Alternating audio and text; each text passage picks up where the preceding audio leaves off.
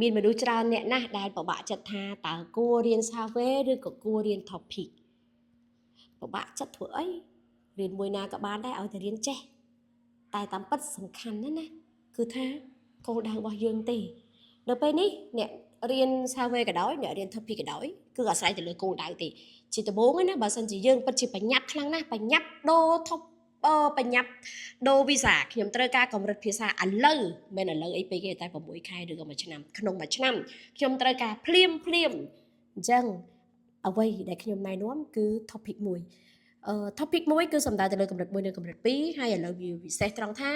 បើសិនជាយើងបានកម្រិត2បន្ទុក140ឡើងគឺយើងអាចយកទៅបដូរយកកម្រិត3នៅក្នុងកម្មវិធី survey ដល់ពេលអញ្ចឹងណាសម្រាប់អ្នកដែលបញ្ញត្តិប្រឡងគ្មានពេលច្រើនទេហើយក៏គ្មានពេលរៀនច្រើនដែរមួយថ្ងៃធ្វើការព្រឹកល្ងាចយប់បាទសប្តាហ៍ធ្វើការ7ថ្ងៃមួយខែធ្វើការ30ថ្ងៃមួយថ្ងៃធ្វើការព្រឹកល្ងាចយប់អញ្ចឹងបើអត់មានពេលរៀនទេសូមជ្រើសរើសវិធីតែមួយទេដែលលឿនបំផុតមកសម្រាប់យកកម្រិត3ឲ្យបានសូមប្រឡងតាម topic ដោយសារ topic មួយអ្នកទាំងអស់គ្នាប្រកាសជាធ្លាប់ប្រឡង EPS topic ហើយអញ្ចឹង EPS topic អត់តែចេះផងពេលខ្លះចូលបន្ទុកជាប់ដែរអាហ្នឹងអញ្ចឹងមានន័យថាតែប៉ិត topic មួយក៏ស្តៀងទៅនឹង EPS topic ដែរណាដោយសារតែវាពាក់ព័ន្ធទៅនឹងសំណួរជ្រើសរើសហើយនឹងសំណួរជ្រើសរើសគឺសំណួរអានហើយនឹងសំណួរស្ដាប់អញ្ចឹងពេលខ្លះទាយខ្លះអីខ្លះក៏រកបន្ទុកឃើញដែរចាសុំនិយាយលេងទេប៉ុន្តែជាក់ស្ដែងទៅវាមាន topic មួយវាមានទម្រង់ដូចទៅនឹង EPS topic អញ្ចឹងមានន័យថាមានសំណួរស្ដាប់ហើយនិងសំណួរអានអញ្ចឹងយើងអានពី1ដល់ត្រឹមបន្ទុកសំណួរទីប្រមាណអញ្ចឹងយើងដឹងថាយើងនៅតែអាចធ្វើបានអញ្ចឹងខ្ញុំជឿថាអាចធ្វើបានចាអានហើយនឹងស្ដាប់ហើយអញ្ចឹងយើងព្រិននិយាយសារ topic មួយមកយើងរៀនធ្វើខ្លួនឯងទៅ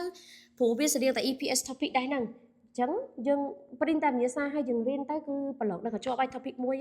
ស្ទើរថាមិនចាំបាច់ត្រូវការគ្រូបរិញ្ញាទៀតណាប៉ុន្តែបើសិនជាត្រូវការគ្រូបរិញ្ញាអានឹងគឺខ្ញុំមានបរិញ្ញា topic មួយហើយ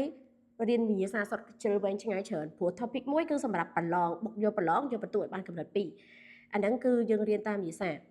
ប៉ុន្តែបើសិនជាយើងមានពេលវេលាច្រើនយើងអត់មានបញ្ញត្តិទៅណាអីបដូរយកកម្រិត3ឲ្យលឿននៅក្នុងឆ្នាំនេះទេអញ្ចឹងគឺយើងរៀនតាមដំណើរទៅមានន័យថាយើងអាចរៀន survey យើងរៀន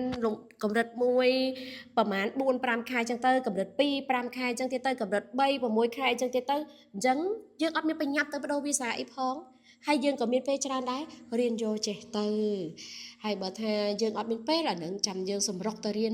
បាច់សម្រុកទៀត topic អត់ពិបាកទេព្រិនមាសារៀនធ្វើខ្លួនឯងទៅ